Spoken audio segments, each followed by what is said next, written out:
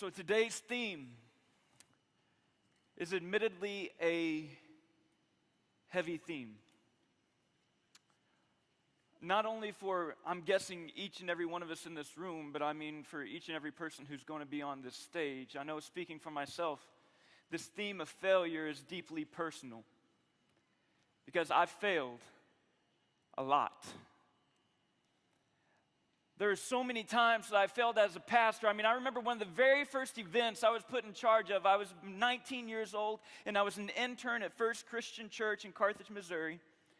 And my youth minister, he was out of town, and he said, "Hey, Andy, why don't you do something fun with the students, tonight after youth group is over? So why don't you pick a movie and show a movie?" And so I did. And how many of you have ever seen the movie Tommy Boy? Shame on each and every one of you. But for whatever reason, 19-year-old Andy thought that it would be a good idea to show a bunch of junior high and high school students Tommy Boy. Some of my adult sponsors were not quite as thrilled with the decision as I was. But there are so many times in my ministry that I failed. I think about times whenever there was somebody who needed a little bit of attention, but I thought I was too busy. I thought that the things on my to-do list were more important than the person who was sitting across from me pouring their heart out to me. I think about my life as a husband, and I think about the number of times that I failed as a husband. The Bible gives us very clear instructions what it means to be a husband and how we are supposed to love our wives, how we are supposed to treat our families. And I cannot even begin to tell you the number of times that I put my own self-interest, my own needs, my own wants, my own desires before that of my wife and my family. I can't tell you how many times I failed as a father. The number of times that my three beautiful little girls, who are just one of the biggest blessings in my entire life, have wanted my attention, but I felt like giving my attention to Twitter instead. The number of times that my kids wanted something to do with me, but I wanted to watch the game instead. You see, each and every one of us understand what failure is, because really what failure comes down to is this. You know exactly what you should do, but you decide that you're not going to do what it is that you know you should do. And not a single one of us, every single one of us will experience failure. Every single one of us have experienced failure. Nobody is exempt from failure. So the question is not, will you fail? The question is, will you fail at your failure? You got that? The question is not, will you fail, but the question is, will you fail at your failure? Because whenever some people fail, they grow. They see what it is that they've done wrong, and they make this determination, I'm not going to make the same mistake again. And they grow. They do everything they can to make sure that they don't repeat the past. But whenever others fail, they quit. Whenever we fail as being Jesus followers, sometimes we grow, other times some of us, we quit. We say, this is too hard. I'm not interested in living the life that Jesus desires for me to live. I'm interested more in living the life that I desire for me to live. It's not will you fail, you will fail. But church, let's not fail at our failure. Our text today, it's very, very, very familiar. Even if you're not really into church too much, if your family doesn't go to church a whole lot, if you only go to church on Easter, you have heard this text at some point in your life. But to set the scene for a little bit for us, Jesus' time on earth, it is coming to an end. And as Jesus' time on earth is beginning to come to an end, he has already told his disciples 3 different times, I am going to die. Do you hear me, disciples? I'm going to die. And he had told the disciples this 3 different times, but the disciples, it still was not getting through their skulls. They still did not understand what Jesus was saying to them. And so on this night, Jesus is sitting around a table with his disciples, and he's celebrating the Jewish festival, the Passover festival. He's sharing a meal, one last meal with his guys. You can only imagine just how deeply Jesus was moved in this moment. These were men that he had invested his life into every single day for 3 years. But now he knows this is the last time that we will be together before my execution. And he tells his disciples again exactly what's going to happen, but this time he tells them in this way. He takes the bread, and he takes the piece of the bread and he says, my friends, do you hear me? This is my body that is given for you. Do this in remembrance of me. Then he took the cup, the wine, and he said, in this wine, it represents my blood, which will be shed for you. Do this in remembrance of me. And you would think that the disciples would be moved deeply by these words that Jesus was speaking to them. But instead, as soon as these words come out of Jesus' mouth, what the disciples do is they begin to argue amongst themselves who is the greatest. Like, are you kidding me, guys? Like, are you really that dense? Like, are you just missing it that much? Jesus is saying, my body is going to be given for you, and my blood is going to be shed for you, and you start looking at each other and saying, I'm better than you. I'm better than you. I'm better than you. They start having this argument, and so Jesus, he gives them this little rebuke, like an are you kidding me type rebuke. We all know what that rebuke is. We've all experienced that rebuke. Like, are you serious right now? But after he rebukes the disciples, he turns his attention to Peter. But instead of calling him Peter, he calls him Simon. If you have your Bibles, you can open up to Luke chapter 22. And beginning in verse 31, it says this. Jesus says, Simon, Simon, Satan has asked. Satan has asked. You see, Satan is powerless to do anything without permission. Satan has asked to sift all of you as wheat. Verse 32, but I have prayed for you, Simon, that your faith may not fail. I love what a preacher, his name's Mark Christian, he's an incredible pastor just outside Joplin. Whenever he talks about this prayer that Jesus has prayed for Simon, he says that Jesus is praying that Simon's faith, that whenever Peter fails, whenever Simon fails, that he falls on his faith and not on his failure. Basically what he's praying is that whenever Peter fails, is that he doesn't fail at his failure. And then Jesus continued, he said, and when you have turned back, so I've prayed for you, but when you turn back, strengthen your brothers. The only way that Peter could ultimately turn back is if at first he turned away. So what Jesus is telling Simon right here is you are going to turn away. You are going to turn away. But whenever you turn back, strengthen your brothers. But Peter replied, Lord, I am ready to go with you to prison and even to death. So basically what Peter is saying is, no, Jesus. I know you're Jesus, and I know you've got a lot of things right in your lifetime, but you've got this one wrong. I will not turn away from you. No matter what it means, I will follow you. You remember Jesus, like, I'm Peter, I'm the rock, I'm the one who will stand up and I will say that you are the Christ, the Son of the living God. I will go to prison for you, Jesus. I will die for you, Jesus. Whenever you hear this statement at first, it's like, okay, Peter, I get where you're coming from. But then whenever you look just a little bit deeper into this statement, you realize that this is such a prideful statement that Peter is making. Jesus is telling him what he's going to do. Whenever Jesus tells us that something's going to happen, you can book it. It's going to happen. But we see this little issue in Peter's life that rises up to the top right here, this issue of pride. You see, the root of sin from the very beginning, you go all the way back to the Garden of Eden.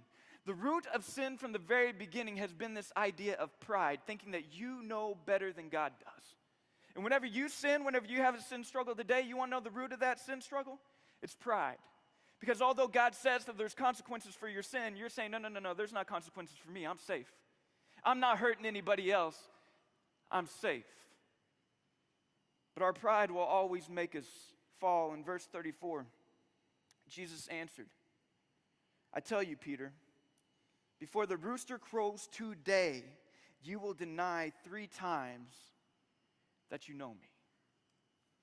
And after this, Jesus and his 3 closest disciples, they get up and they make their way to a garden. Don't you just think, just put a little bit of humanity into this text right now. Don't you just think that this sentence that Jesus had just spoken to Peter would have been on the forefront of his mind? Like that would, if it was me, this would just keep turning in my mind over and over again. My wheels would have been spinning like crazy. He just said, I'm going to deny him 3 times. What does he mean I'm going to deny him 3 times?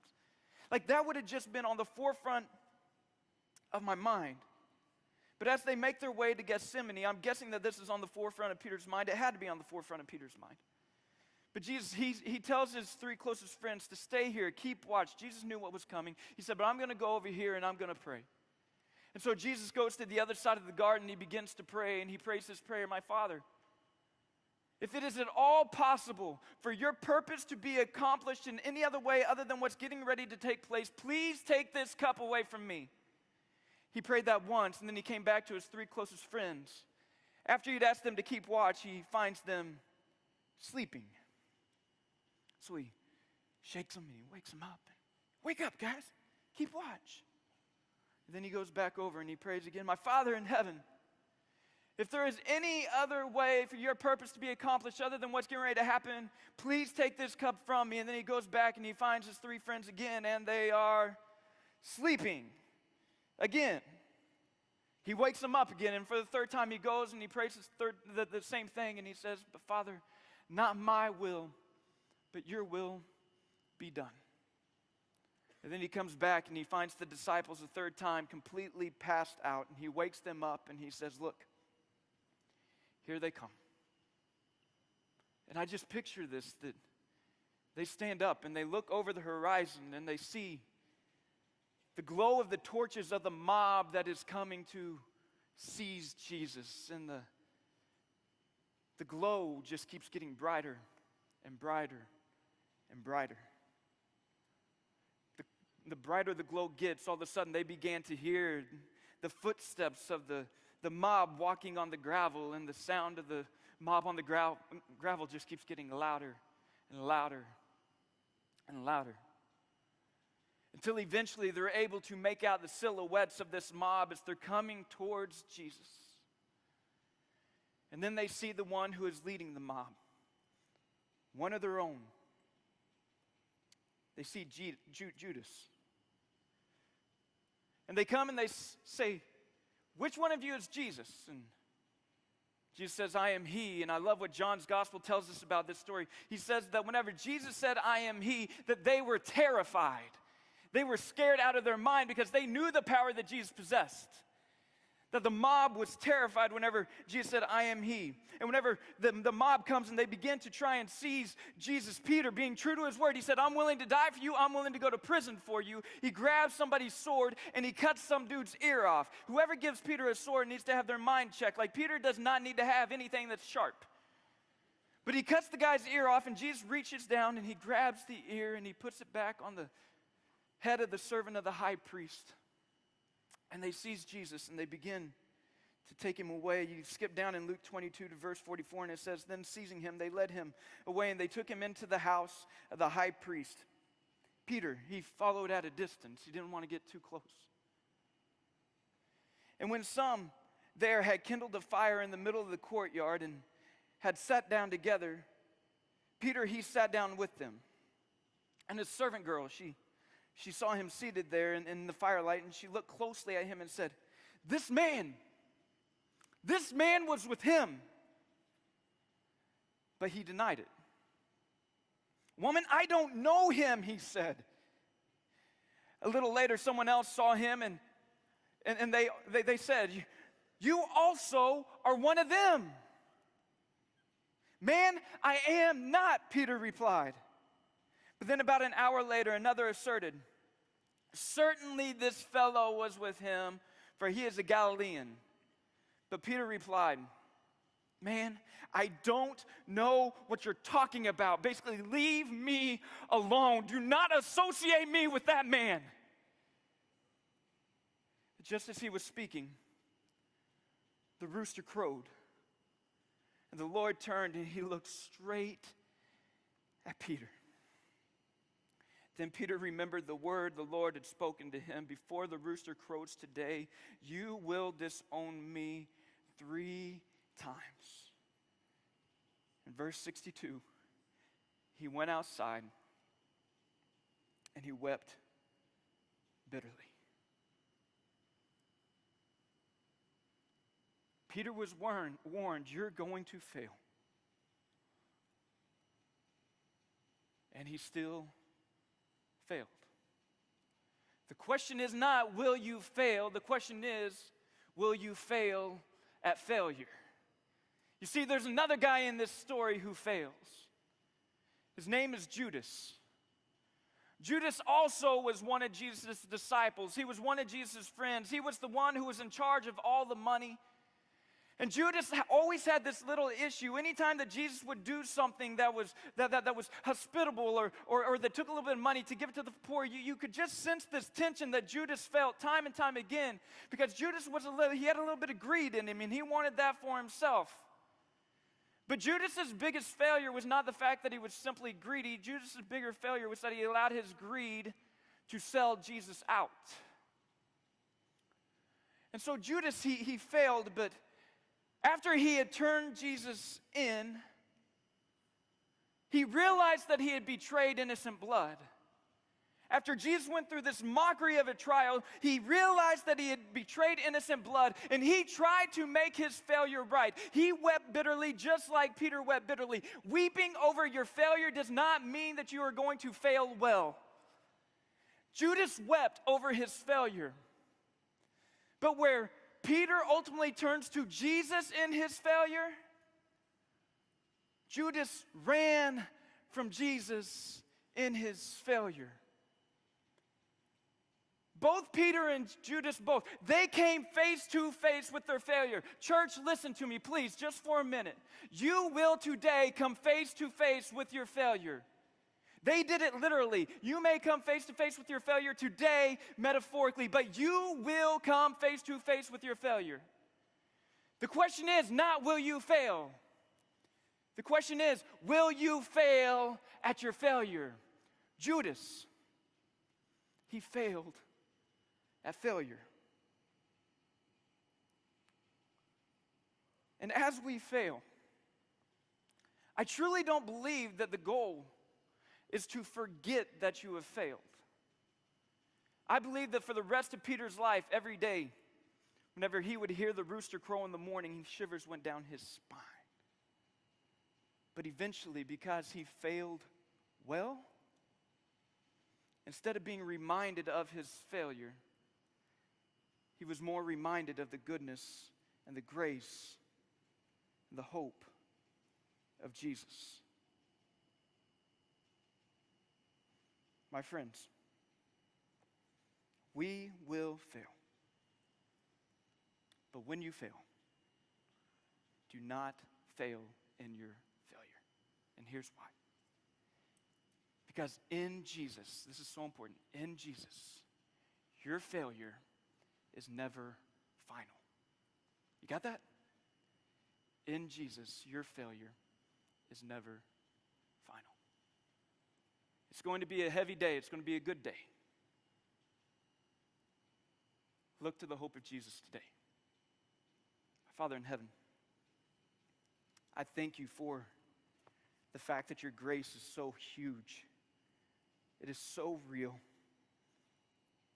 Father, it is something that we each have to experience over and over and over again. And Father, I pray for the students and for the adults in this room that as we come face to face with our failure today, that we will look to you, that we will not run from you, we will not hide from you, but we will lay our hearts bare and open before you. Jesus, please, I pray for the youth pastors in this room, that as failure is brought to their students' mind, will you please give them the wisdom to be able to speak in humility to their students' hearts. Father, will you please be glorified today. I pray that at the end of this day, that people will come face to face with the true hope that is found in the resurrection of your Son, Jesus.